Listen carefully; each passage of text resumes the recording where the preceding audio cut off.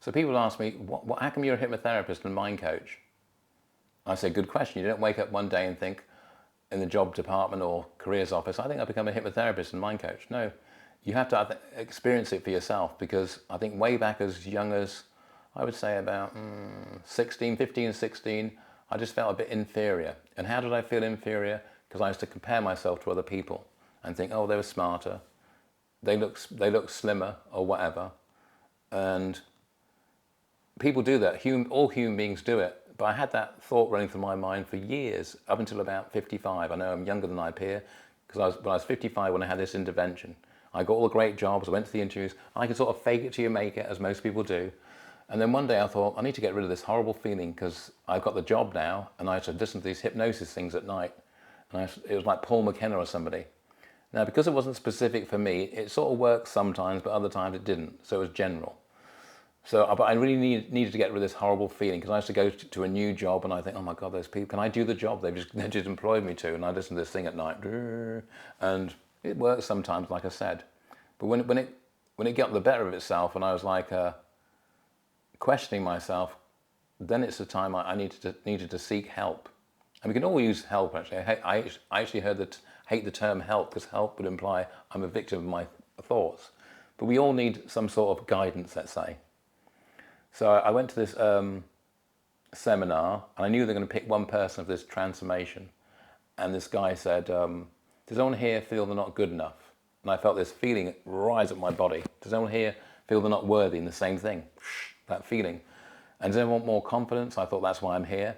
And does anyone want an undeniable process to let go of all that today? So I put my hand in the air, like this. And I was surrounded by 59 other people. Now, I wanted to scratch my head at this time and thought, well, I could scratch my head and I wouldn't have to do this, go back to my comfort zone. But this other woman put her hand up, just me and her. So I had my hand in the air, it was between me and her, and I thought, you can quit your problems. My problems are far superior to yours. I got panic attacks, and I didn't think I was good enough, and I lacked confidence, and you can just stop eating whatever you were doing because you were slightly overweight. Sorry to say that, folks. I was fat shaming, but I like to keep it real.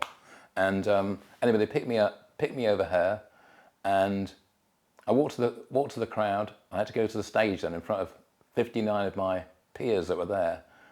And where I was sat in my comfort zone, it was quite nice, just like you probably do, playing safe. And then I went in front of my audience there, the audience were looking at me, and he said to me, what would it mean for you to change? And my eyes nearly started to water, because I had that for 55 years, it was horrible.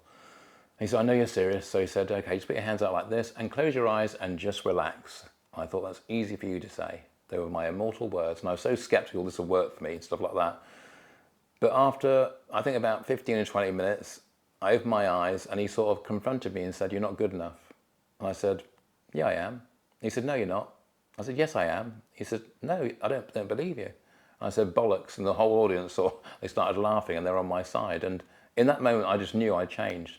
But not just from that, because I was driving home that night, and my partner said, how do you feel? I said, I feel really quite good, actually. I don't feel any my body feels so light, nothing really bothers me.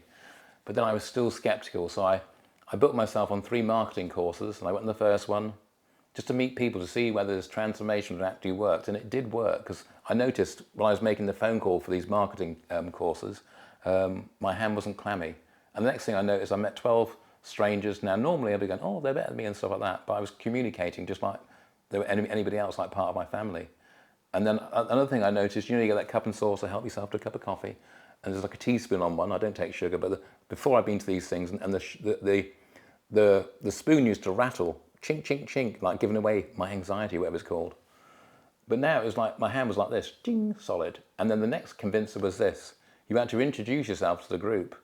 Now, before I went there, it was almost like I would sooner go to a dentist without an anaesthetic to do that to introduce myself to the group. But I introduced myself to the group after somebody else went on before me, and somebody else went on before me. I'm thinking to myself, what's my name? But then I just spoke, just like I'm doing now on this camera, calmly, and not giving a hoot, really. Imagine not giving a crap what other people think. That's what it is. Imagine doing that, because if I can do this, you can too. And then in that instance, I thought, this stuff works. So I learnt more and more about how the mind works, to the tune of about £154,000.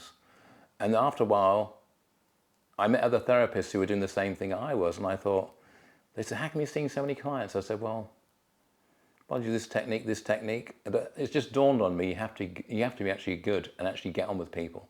And I think if you know how the other person feels, because you've been there yourself, it can really help the person in front of you. So if you want to make a change today, you don't think you're good enough or lack confidence or do public speaking perhaps, and it's affecting your whole life. I work with that modality with people, so that's the key ingredient. So on a scale from 100, how much do you like yourself? And if you say, oh, about 70 or 80, when it's all going wrong and you don't like yourself, what's it like then?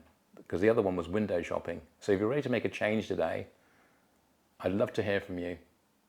Make your day. Click that button below now.